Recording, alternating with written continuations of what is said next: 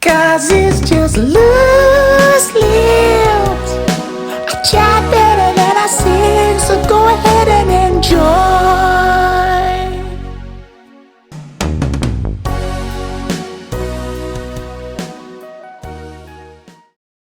I always think that it's like, you know, not that I would ever pretend to like give advice, but there are some, like when we play shows, there's like, you know, kind of younger kids that start out and they might be like sort of 18 and they're sort of asking for advice, and I always sort of think that it's like you're a cool kid, just make cool shit, you know, and it's everyone else's job to find you, you know. Of course, like don't like, you know, hide in a cave and not put it out, but like you sort of don't have to be that conscious of like, or that sort of concerned that you're not going to be discovered, you know what I mean? Because if your shit's cool, then someone probably will, you know, and that's up to them. Yeah. And I think like when you're a true creative, for me, it's such a paradox, because it's like, it's one of the most selfful and selfishest things that I ever do, because I'm creating from a place for me, because if I'm trying to guess what everybody likes, then I'm going to fall. So I just make what I love. But then once people grasp it in their own way, then that's when it becomes selfful, because it's like, wow, like they get it, they've interpreted their own way, and it takes its own life. And it's almost like, here's another analogy, it's like a balloon, you know, a little kid with a balloon, like that Banksy balloon, and you just let it off, and it's like, right, it's the world's now, like whatever it is, like I set it off how I wanted.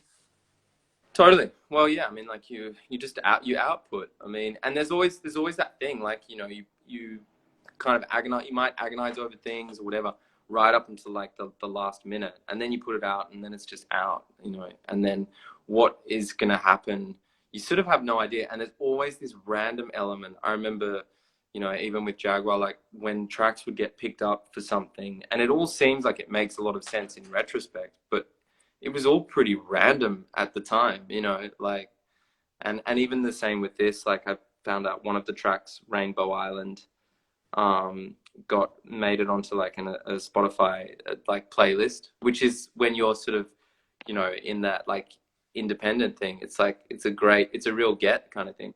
But it was Rainbow Island, which is funny because it's not any of the singles. And then I sort of thought, oh, but it's also like Pride Week. And I was like, Rainbow Island. It's like, I didn't even think of like that sort of, you know, the planets lining up in that way. So there's always kind of random shit.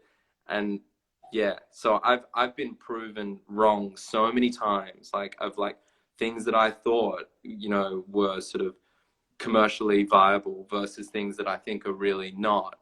And actually what you realize is that definition is like constantly evolving, it's constantly changing.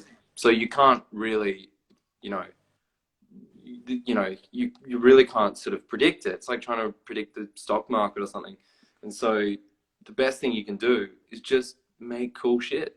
Trust your own taste, isn't it? That's exactly it. Just trust your own taste. It's almost like a scientific, like that's the best option, is just to make cool stuff and try and make cool stuff, you know. It's for me, like it's the only option, because it's the only thing that you can do. Is like, you can't, like we were saying before, there's a lot of inspirations and influences completely, but for me, like creativity is articulating or it's expressing the unknown, and it's like it's expressing a world that you want people to see through your eyes and get it. So like everybody's got access to absolutely everything, but it's what frequency or how we view the world or take the world in, or our experiences, that then we're trying to like summarize in form of music or stand-up or writing or sketches or art or whatever. We're basically we're the palette, and we're like putting that back out there so people can then take that and then do the same with them.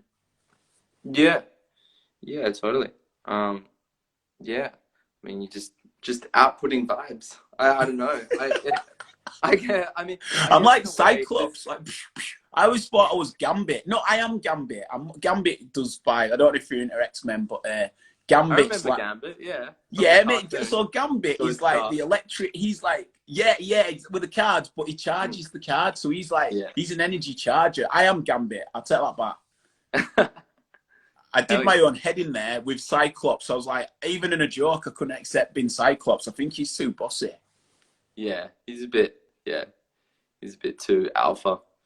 Yeah, man. Alpha male. But yeah, no, I mean, I definitely think that I remember seeing this Jimi Hendrix, like, there's not many Jimi Hendrix interviews, but I saw like one, and he said something along the lines of like, I can't like really communicate with words everything that I want to communicate, so I do it with music, and I totally understand that. Like sometimes I feel a bit like on the spectrum when I'm trying to communicate things that feel almost like very esoteric, and they're like feelings or like sentiments or something like that, and then yeah, and I can just find it in music, and it feels good. That Nightglow Drip was a very like feel driven track, you know. I really wanted, yeah, it's a vibe more than, and it has sort of, there's a story in the lyrics and stuff, but like,